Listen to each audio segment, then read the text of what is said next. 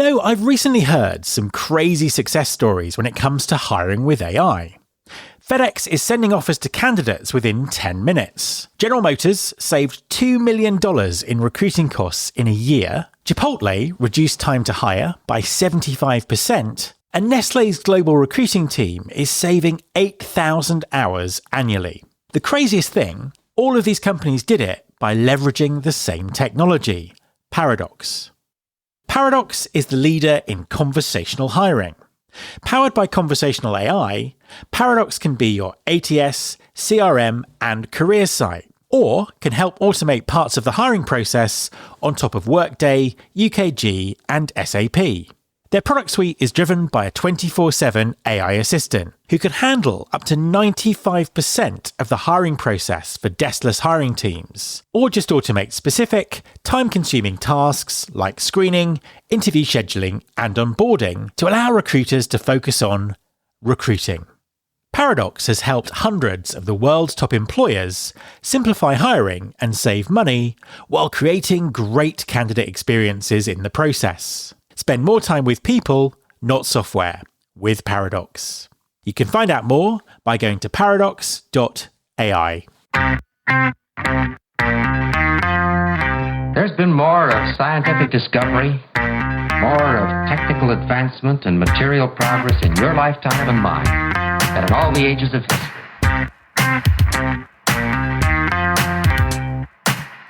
Hi there, welcome to episode 669 of Recruiting Future with me, Matt Alder. With 1.5 million job applications a year, L'Oréal Group's talent acquisition team faces challenges on a scale that most organisations would never experience. Managing this volume while ensuring a high-quality candidate experience demands innovation, agility, and the right balance between humans and technology. AI plays a key role in L'Oréal Group's TA evolution, helping with screening and driving quality and efficiency via automation and standardization. So, how do you use AI to transform talent acquisition without losing the vital human touch? My guest this week is Michael Kinley, L'Oréal Group's Global VP of Talent Acquisition. In our conversation, Michael shares how his team is leveraging AI to improve the candidate experience and why he believes that AI will help TA teams of the future to radically increase the value they create for their businesses. Hi, Michael, and welcome to the podcast. Hi, Matt. Great to be with you. Thanks for having me. An absolute pleasure to have you on the show. Please, could you introduce yourself and tell everyone what you do? So my name is Michael. I've been with the L'Oréal Group for 25 years now, starting in my home country in Germany as a marketeer. And then after a couple of years, I realized that my true passion lies with people, with talent. And so I switched to HR, and my first role was the role of a recruiter and campus manager in Germany back at the time. And then for more than 15 years, I've been an HR generalist, going from one division into another, being the HR country GM for Germany and for the Benelux subsidiary, had global roles as the head of HR for travel retail, our travel retail business. And now for the past 3 years, back to what we call the center of excellence role. So where it all started, back to recruitment, back to talent acquisition. Because one thing, I think what probably was my first learning when I took this job a bit more than 3 years ago was that compared to my first experience as a recruiter 20 years ago, this job of TA has evolved massively. And what I did 20 years ago and what I am expecting from my TAs and from my recruiters nowadays is very different. So it's become much more complex. And that's why I'm really, really happy and grateful to be in this role now. Fantastic stuff. And yes, it's certainly evolving very quickly. And we'll sort of dig into a few of the things going on in a second. Before we do, though, just give us a little bit of context about L'Oréal. How many employees do you have? How many people do you recruit? Give us a kind of a sense of the scale of it. Yeah, L'Oreal, the L'Oreal Group, and I have to insist on the L'Oreal Group because a lot of people get confused between our biggest brand, which is the L'Oreal Paris brand, and the L'Oreal Group. So L'Oreal Paris is one of our 37 global brands, and it's the biggest one. But we have many more and very international brands. So that's why I really insist on the L'Oreal Group. So in 2023, we recruited worldwide roughly 15,000 people on an unlimited and fixed term contract. So I'm not in the 15,000. I'm not included the interns, apprentices, etc. And it's roughly 90,000 people, employees working for L'Oreal around the world in 150 countries. So yeah, it's a global business. We're the world market leader for beauty and for care. And in 2023, our sales were about 42 billion euros. So just that's really sort of helped contextualize everything. Yeah. So we mentioned that talent acquisition is evolving. This year has been a particularly interesting sort of stage of that evolution. What are the biggest challenges that you're seeing in TA at the moment? Well, there are a couple of challenges. First, for a group like L'Oreal, managing the volume of application is becoming more and more challenging. And that was one of the big differences between 20 years ago when I was a recruiter and when we received still the CVs on paper. And I remember the time, I took them home in the evening, sat in front of the telly and was selecting, or looking at the CVs and selecting the candidates that I want to interview. So today, the sheer volume makes it totally impossible to do this job the way it was done 20 years ago. So of course, we need also the help of tech in order to help us select, CVs and select candidates. So that's probably the first and biggest change. Then the candidates are changing. The market is changing. 20 years ago, it was definitely an employer's market because there was less demand than offer. And so, the big multinationals, we could be quite picky when it came to candidates. Today is the other way around. The demand is higher than the offer on the market, and the best candidates today, and I think it's true for all the big companies, they have 3, 4, 5 offers at the same time. So, which makes the role of candidate experience much more important. So, the candidates are really expecting a seamless process. They expect feedback, and they expect, and I think they're totally right. They expect to be treated well, with a lot of respect, being informed throughout the whole process, and they expect also that the process is a short one. And so this puts, especially big companies with a lot of stakeholders under pressure. But I think it's a good evolution because it makes us better internally also. It makes us think about processes that 10, 15, 20 years ago, we weren't even thinking about it because we said, we're the world market leader in beauty. So everybody wants to work for L'Oreal, which at the time wasn't the case already. And today the market is even more competitive. So, we really have to do an excellent job when it comes to candidate experience in order to bring the best and most diverse talents across the line.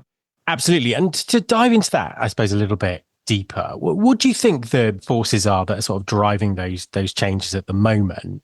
And as kind of a second part to that, how's your kind of approach to talent acquisition evolving at the moment or over the last months and years? So, of course, we're embracing technology. So I think that is really something when you talk about AI, everybody's talking about AI and a lot of people think, it's the new miracle solution to everything.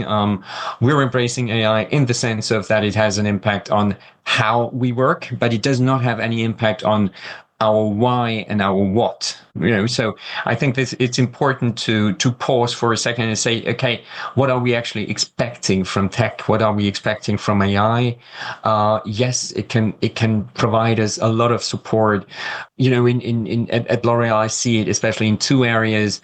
The first one is what I mentioned before, is in the selection process. At the very beginning, we're using AI to put, a very, very first filter, because it's true true that today my recruiters cannot select amongst the 1.3 million applications that we receive every year. It's impossible for about 200 recruiters to do it manually. So we need the help of AI to, to have this first level of selection.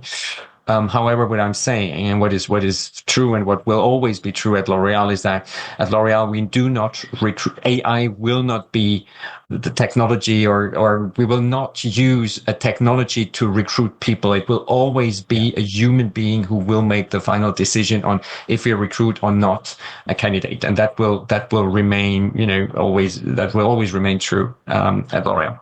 You kind of mentioned a bit earlier about the candidate experience. You wanted this kind of real high quality candidate experience, the short recruiting process. You kind of mentioned these sort of initial screening there. How else is AI helping with that? And how do you kind of get that balance between humans and machines with that kind of volume of application? There's one thing, I'll give you one example because it's the most concrete one and we just launched it. And I think we shouldn't be afraid of using it for very, very basic tasks as well. But one of our internal pain points that it also had an impact on candidate experience was job descriptions.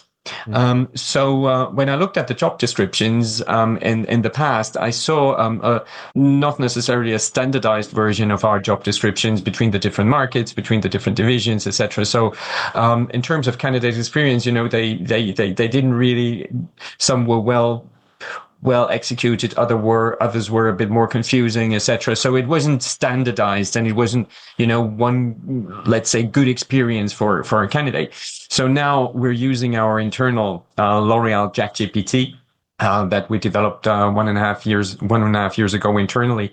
And we fed this ChatGPT with a lot of information on our employer brand, on the different skills. Also, we gave access to the skills library that we've implemented with 600 different skills so that, each job and each job description is automatically linked with the skills that we're looking for.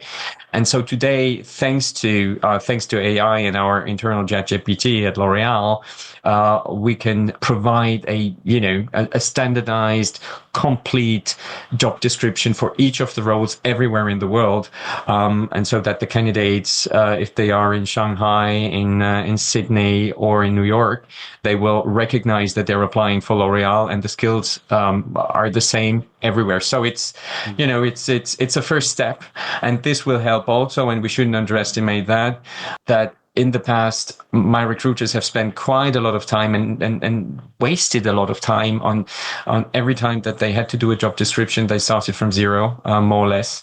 And today, they just push the button. Of course, they still have to look at it and maybe make some individual adaptation. That's very, very important because AI will never deliver the 100% perfect solution. So there will always be the need for human brain to double check and to put maybe some additional comments or extra information on it. But it's a real, progress in terms of gaining time and be able to focus on what matters most than, spending time on developing job descriptions. And do you think that was a process you'd have ever been able to complete if it wasn't for AI? Kind of how much sort of time do you think that's saved you, or is it something that just wouldn't have been possible before this? Oh, it's a good question. I've never asked myself the question. Probably if I could have focused only and exclusively on this one topic, we would have managed to do it probably at some point, but it would have taken an awful lot of time. And the fact that, that you focus exclusively on one topic is just not realistic. It never happens, so, no, this was a real game changer. Talking just in terms of talent as a whole for a minute or two, I know that one of the initiatives that you have is Brandstorm. Tell us a little bit about it, why it started, what it is, and what you've learned from it. Brandstorm is an interesting case because it's one of the worldwide, probably one of the longest running, what we used to call business games, because it started as a business game 33 years ago in France and probably a handful of other European countries. It started as the marketing award.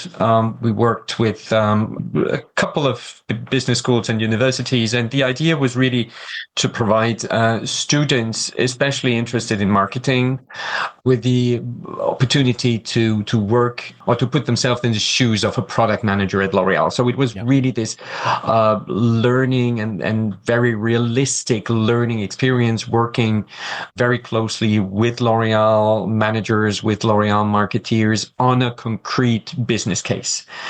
So it's always been something, and that has not changed in 33 years. We always used cases or using cases that are very relevant and where at the same time L'Oréal teams are working on. So it's not something, that we're digging out 10 years ago and that we're sharing with the students now. So that's something really that hasn't changed. What has changed on Brandstorm is that it's become bigger and bigger and bigger. So we changed the name in early 2000 from Marketing Award into Brandstorm because it's not only for marketeers. So today, for instance, in our 2024 edition, we have 30% of the participants are STEM students. Of course, there are still marketeers and still the brand management is at the core, but it's become much more tech. It's become much more generalist, the 360-degree approach is much more important than in the beginning when, once again, it was very much about the 4Ps and about branding. Brandstorm today is part of the curriculum of more than 150 universities around the globe.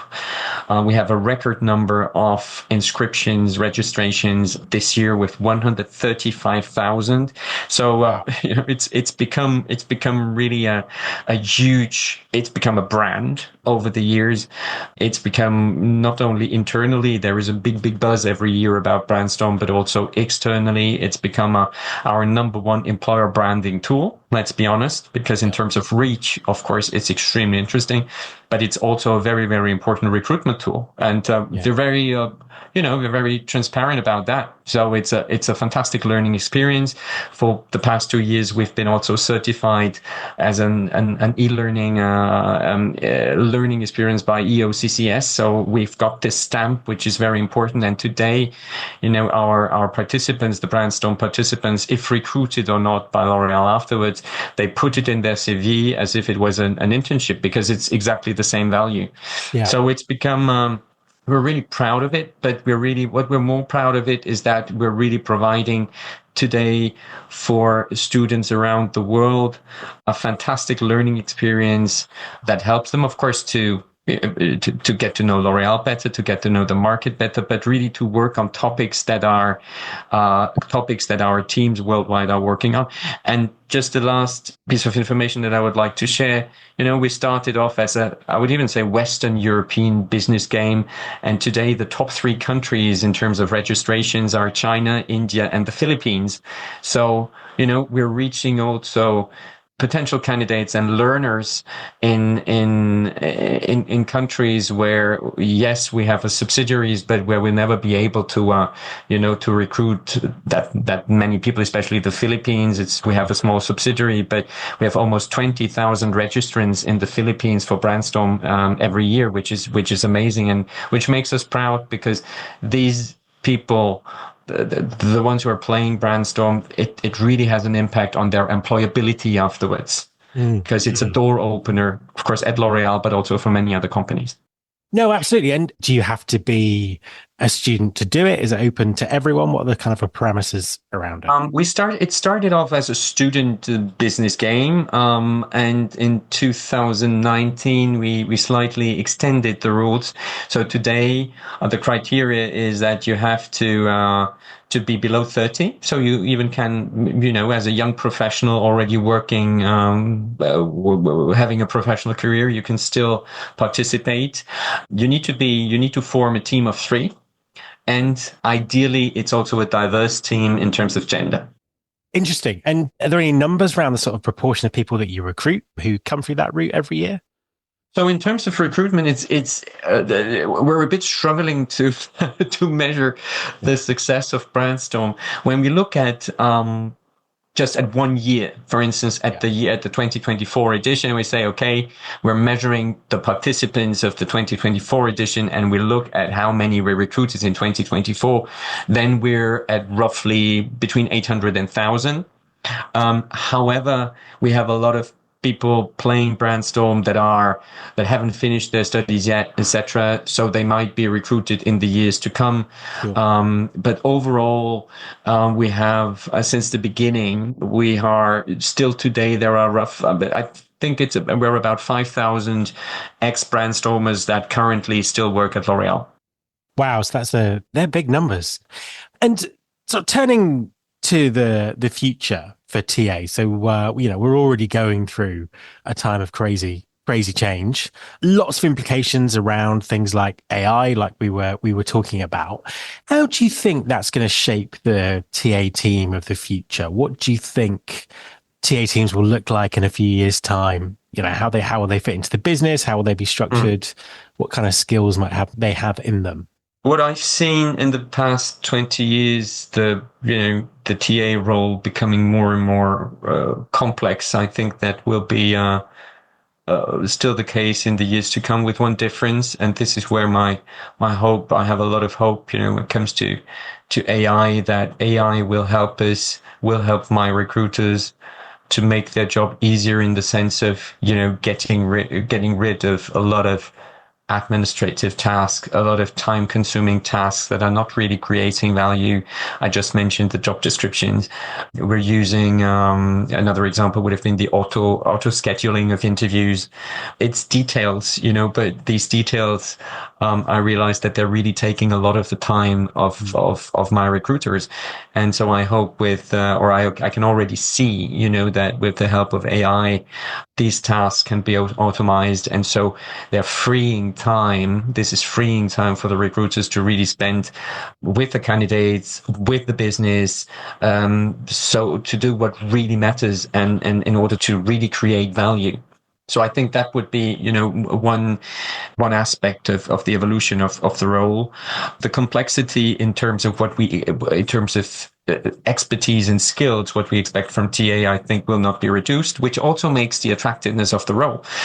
Because at the time, 20 years ago, I was recruiting, I was going, I was selecting CVs, I was interviewing, and I was going to campus from time to time with the L'Oréal flag to attract talents. Today, you have to be, as a TA, you're a change maker, you're an internal, the stakeholder management internally is extremely important. You're a content producer, everything we do on TikTok, the big campaigns that we're launching. You're mastering the complexity of employer branding on social networks, paid media, advocacy. At the same time, you need to increase your expertise when it comes to assessment skills, because today, thanks also to AI, our candidates are much better prepared for interviews. So that means also that our assessment skills need to be improved. And TA will be, or is already, but will be even more the mirror of the organization. Today I have in each of the different functions, be it beauty, tech, operations, finance, I have dedicated recruiters, because I need that expertise. And at the same time, you also see, a need of becoming more generalist, recruiters that are capable of, identifying talents worldwide for roles, for leadership roles, managers, in charge of big P&Ls, etc. So it's some contradictory, probably effects. In short, the complexity will increase, I think, which also will have an impact on the attractiveness. I think the TA job will become even more attractive as long as we're leveraging AI in the right way to really get rid of all the admin, or most of the admin tasks, so that the value creation of the job is stronger than today, or even stronger than today. Absolutely. I completely agree with you there. And as a final question, because we talk about AI, we talk about, change, we talk about what the future looks like. We're recording this right at the start of December. So 2025 is knocking on the door. It's very much with us. How much change do you think we'll see in the next 12 months? What are you sort of planning for? What are you looking forward to in 2025?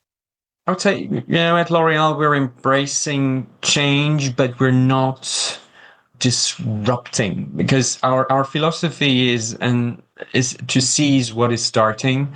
And we saw it with AI, the way that we were embracing AI. I mentioned the L'Oreal ChatGPT that was developed in a very short period of time. L'Oreal has been training 30,000 employees on how to use AI, how to use ChatGPT. So there is a massive scaling up. At the same time, we're not what we're going to change or what we're going to impact with AI is the how we're doing things, but neither the why nor the what will change. So when I look at 2025, I think what I see for my team is to strengthen the foundations, and for me, the foundations is campus management. Is candidate experience, is the way how we attract our candidates. And, we talk a lot about employer brand, and we can say L'Oreal has a good employer brand. But when we dig deeper, there are target groups that we would like to reach that are not easy to reach for us today. We talk about tech. Let's be honest, we'd like to talk about also, about men, because L'Oreal is an employer love brand for many women. There are still men out there who think, why should I apply for a beauty company? Well, even though today the world beauty market, 25% of the world beauty market is male beauty. A lot of people underestimate that. So it means also that, in order to do marketing for these products, ideally I'm not saying only, but, we need to have a strong representation of very talented men also in the company. And so, you would say it's not rocket science, but to make it happen, it takes time. And that's why, 2025, we continue to look into how AI can help us to make sure that our recruiters, focus on what really matters most, and at the same time to really strengthen the fundamentals that I've just mentioned. Michael, thank you very much for joining me. Thank you so much, Matt. It was a pleasure. My thanks to Michael. You can follow this podcast on Apple Podcasts, on Spotify, or wherever you get your podcasts. You can search all the past episodes at recruitingfuture.com. On that site, you can also subscribe to our weekly newsletter, Recruiting Future Feast, and get the inside track on everything that's coming up on the show. Thanks very much for listening. I'll be back next time, and I hope you'll join me.